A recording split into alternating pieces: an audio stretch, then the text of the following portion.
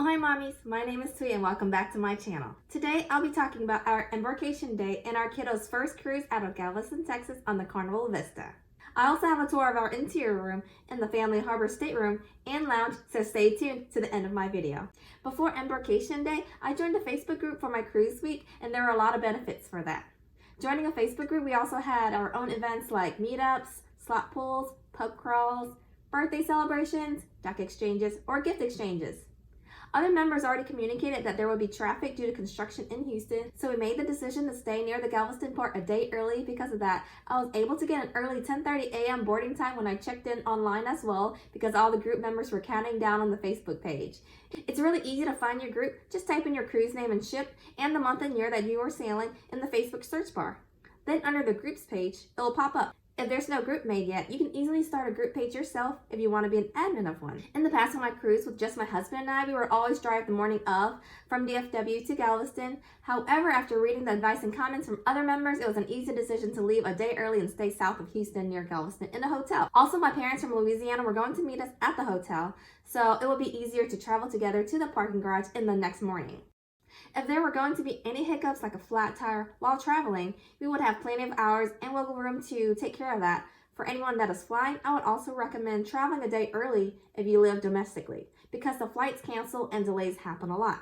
Traveling earlier also alleviated a lot of stress, especially when managing a family group together and bringing our baby and our toddler.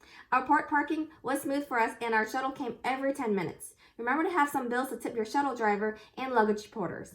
Porters take your checked bags and put them on the cruise ship. Later in the day, you will see your luggage in front of your door of your stateroom. Definitely don't leave your important documents in the checked bags like passports, IDs, birth certificates, credit cards, and boarding passes. Have those important documents in your carry-on instead. Getting checked in and going through security was a breeze for us, especially with our early boarding time. We left our hotel and arrived at the parking lot around 9:30 a.m.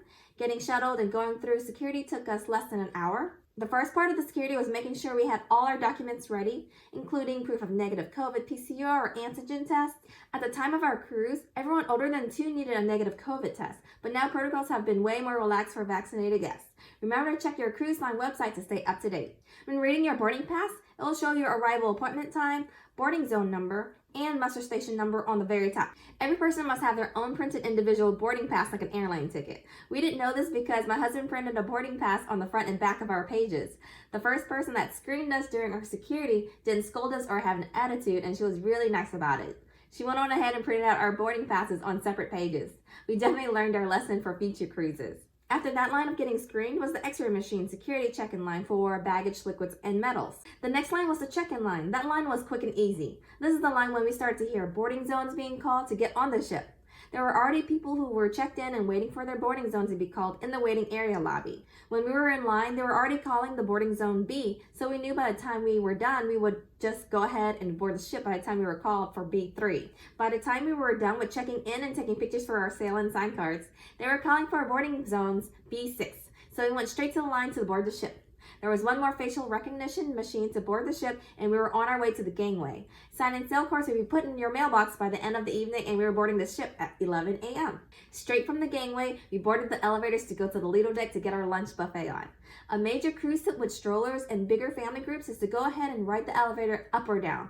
We needed to go up, but since we had 2 strollers with us and a total of 6 people, we went down the elevator first and just rode it back up.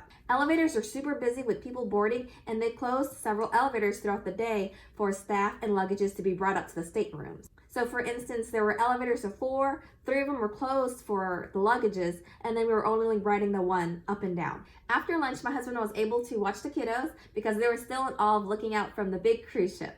So I went on ahead and took this time to go to Camp Ocean to finish registering the kiddos, take a quick tour, and get their free phone.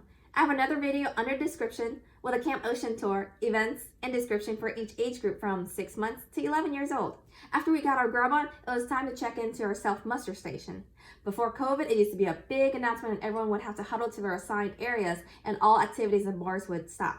All passengers need to check in for this mandatory protocol. If anyone is found skipping the muster station drill, they would be called over the intercom system, and it could lead to getting kicked off the ship if you don't do it. They do log attendance, so they definitely would know if you're a no-show or not. That's how very important the muster station drill is. All passengers are required to go to this presentation. After COVID, things have changed, and this time around it was so easy. It took less than 5 minutes for the self-muster station drill. You basically go to your assigned area and there's a person to explain the whole procedure in no time. He talked about what to do in an emergency and that our kiddos' life jackets would be in our stateroom. Kiddos 12 years and younger are given a muster station wristband to wear the entire duration of the cruise. If lost or broken, you can easily request another one from guest services or youth facilities. This is for emergencies, and adults and kiddos will be reunited at the muster station. For instance, if the kiddos are in Camp Ocean and adults are somewhere else on the ship. For adults, your muster station zone is always going to be in your sail and sign card or cabin card. Finally, time flew by and it was time to check into our room and change into our swimsuits for some water park fun. We did receive our sail and sign cards after 1:30 p.m. in our mailbox in front of the stateroom. We also took the time to unpack, unwind, and decorate our door for my son's birthday. We also started to receive gifts from our Facebook gift exchange group too, so I would highly recommend joining for that. Our stateroom is located in the family harbor. It is an interior room, room 2479, with 2 overhead bunk beds or a Pullman. In the room, we set up our beds to the 2 twin beds pushed together for a king. This will be asked during your online check-in 2 weeks before embarkation. The ladders for the bunk beds were found in our closet. The room has 2 outlets, 2 USB outlets, and 1 European outlet. There's also a TV and a small fridge too. A hairdryer is found in the drawer of the table and not in the bathroom. In the bathroom, there are some shelves and a makeup mirror. The shower does have shampoo and body wash, no conditioner, and a clothesline for wet swimsuits.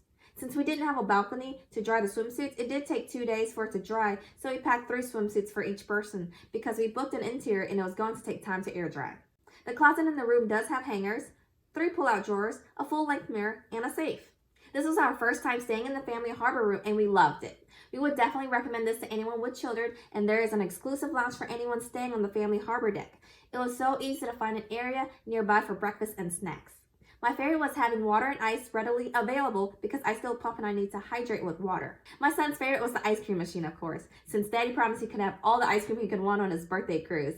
He even had ice cream for breakfast some mornings. So we would grab breakfast for my kiddos as soon as we woke up right away. Don't forget that booking a stateroom in the family harbor gives you 1 free night of night owls for each kiddo. I talk more about night owls in my Camp Ocean video under the description below. The family lounge has plenty of seating too, but it does get super busy in the morning for breakfast. There are 2 gaming TVs with PS4 games and 4 controllers for that. 2 computers for online services, but there is a charge. Board games in the family lounge, and just a good meeting spot for family and friends too. Here are the hours we had for breakfast, snacks, and evening cookies. There is a fridge in the lounge, and we always took milk, chocolate milk, and yogurt to go and put that in our room fridge because my son would ask for those drinks at night. Milk and yogurt is only available for breakfast in the MDR or main dining room and the Lido deck if you're not staying in the family harbor staterooms. On embarkation day, outdoor activities are open and the lines are short or there's no line at all. This was the best time for us to check out the activities, and parents and adults can take turns watching the kiddos. So we were able to hit up the water park, ropes course, and skyride. All free and included in the price of the cruise. We really enjoyed the family harbor stateroom and we'll definitely book that again. And traveling a day earlier to our cruise port, it made embarkation day so much easier and stress-free for us.